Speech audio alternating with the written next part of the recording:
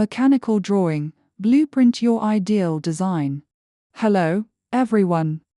Welcome to the micro class on mechanical drawing recognition and tolerance fit. First, let's get familiar with the drawing. Step 1. Read the title bar. From the title bar, we can see that the name of the part is transmission shaft. The material is number 45 steel. And the drawing scale is 1:1. Step 2. Read the views. First, analyze the representation scheme. This transmission shaft uses 3 views.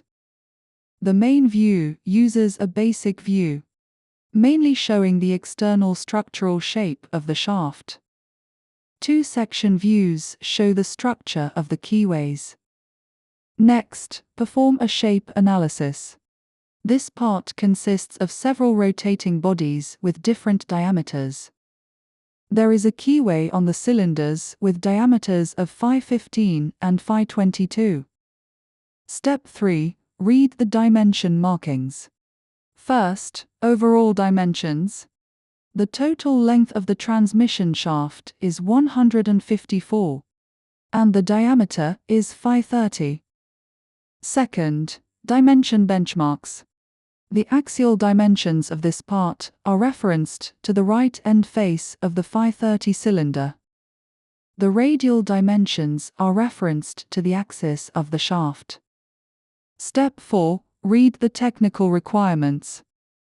First, geometric tolerances. This drawing uses coaxiality geometric tolerance.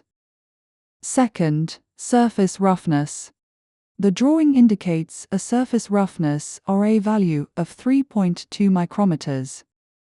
The RA value for the remaining surfaces is 6.3 micrometers. Third, text description. Tempering treatment T235. Shaft parts are typical turning parts. They generally support rotating parts and transmit power. When drawing, place the axis of the part horizontally to facilitate reading dimensions during processing. As can be seen from the drawing, this part consists of several rotating bodies with different diameters. It can basically be clearly represented with one view. But we notice that there are 2 keyways on the shaft, and the depth of the keyways cannot be shown. What should we do in this case? Today, let's learn a new method of representation: section views. First, let's learn about what a section view is. Imagine making a cut in a machine part using a cutting plane, and only drawing the shape of its cross-section. This kind of drawing is called a section view, or simply a section. For example, the keyway shown here. To represent the depth and width of the keyway, imagine cutting the shaft with a cutting plane perpendicular to its axis at the keyway. Only draw the shape of the cross-section, and draw section lines on the cut surface. Section views are mainly used to show the shape of the cross-section of a part. According to the different positions of section views, we divide them into removed section views and revolved section views. A section view drawn outside the outline of a view is called a removed section view. The outline is drawn with a thick solid line, and is usually placed on the extension of the cutting line, or in other appropriate positions. Here are some points for attention when drawing section views.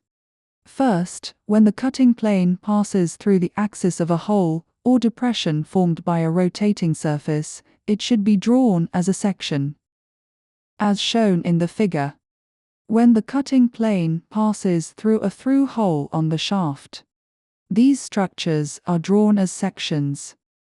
Second, when the cutting plane passes through a non-circular hole, resulting in 2 completely separated sections, these structures should also be drawn as sections. Third, for a removed section obtained by cutting with two or more intersecting cutting planes. The middle part should generally be disconnected. How to label a removed section view. First, for an asymmetrical removed section placed on the extension of the cutting line, or a symmetrical removed section placed according to projection relationships, the letter can be omitted. Second, for a symmetrical removed section placed in other positions, the arrow can be omitted.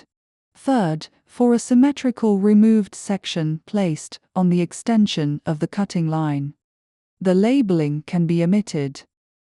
A section view drawn inside the outline of a view is called a revolved section view. The outline is drawn with a thin solid line. When the outline of the view coincides with the lines of the section view, the outline of the view should still be drawn continuously, as shown in the figure of the hook. Due to the different cross-sectional sizes of various parts of the hook, a revolved section view is used to show the contour shape of the cross-section. When labeling a revolved section view, for an asymmetrical revolved section placed on the cutting line, the letter can be omitted. If a symmetrical revolved section is drawn on the part, it can be left unlabeled. That's all about section views. That's all for this lesson. Thank you.